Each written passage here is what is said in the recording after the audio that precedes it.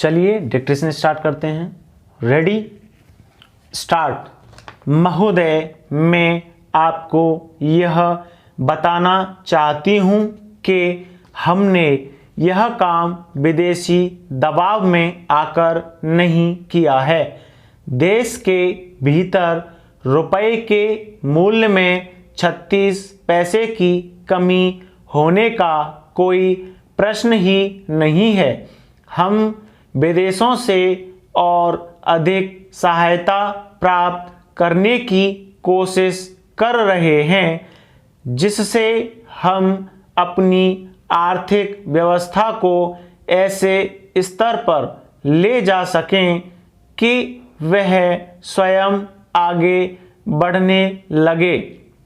यदि हमारे औद्योगिक उत्पादन में प्रगति शीघ्र हुई और निर्यात अच्छी तरह बढ़ा तो हम इस लक्ष्य तक 10 ही वर्षों में पहुंच जाएंगे।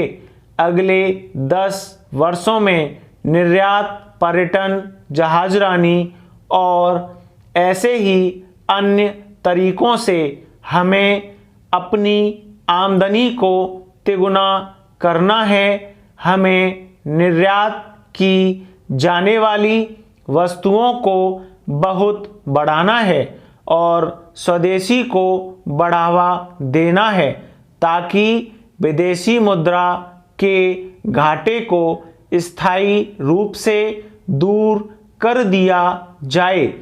अवमूल्यन का पूरा लाभ उठाने के लिए यह आवश्यक है कि कीमतों को बढ़ने न दिया जाए।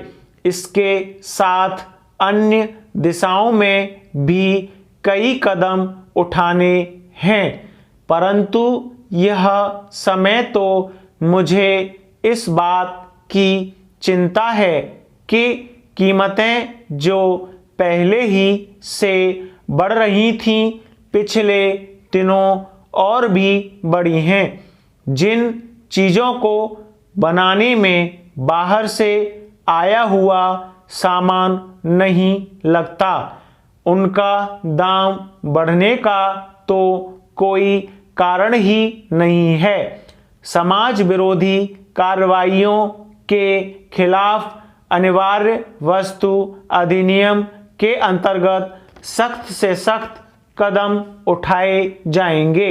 यदि जरूरत पड़ी तो शासन नए कानून बनाने के लिए भी तैयार रहेगा। सभी नागरिकों से, उपभोक्ताओं तथा उत्पादकों से मैं आग्रह करती हूं कि दामों में वृद्धि न होने दें। मुझे बहुत से जिम्मेदार कारखानेदारों ने आश्वासन दिलाया है कि वे अपनी चीज़ों के दाम नहीं बढ़ने देंगे। प्रत्येक नागरिक को अनाज, वनस्पति, मिट्टी के तेल जैसी आवश्यक वस्तुएं सही कीमतों पर मिल सकें, इसके लिए हम जरूरी प्रबंध कर रहे हैं। चेंज, उपभोक्ता भंडारों और उचित दाम की दुकानों की संख्या तेजी से बढ़ाई जा रही है। बाजारों में जरूरी वस्तुओं की आमद और कीमतों के संबंध में जानकारी प्राप्त करने के लिए नियंत्रण कक्ष जैसी व्यवस्था कायम की जा रही है।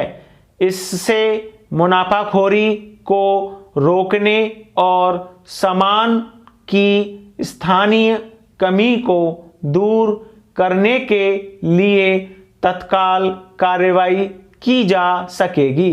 इसके साथ वितरण की व्यवस्था बनानी है कि भविष्य में कीमतें अचानक न बढ़ सकें। यह केवल मनभाती कल्पना ही नहीं है, इसे बिना देर किए अमल में लाना है। स्टॉप।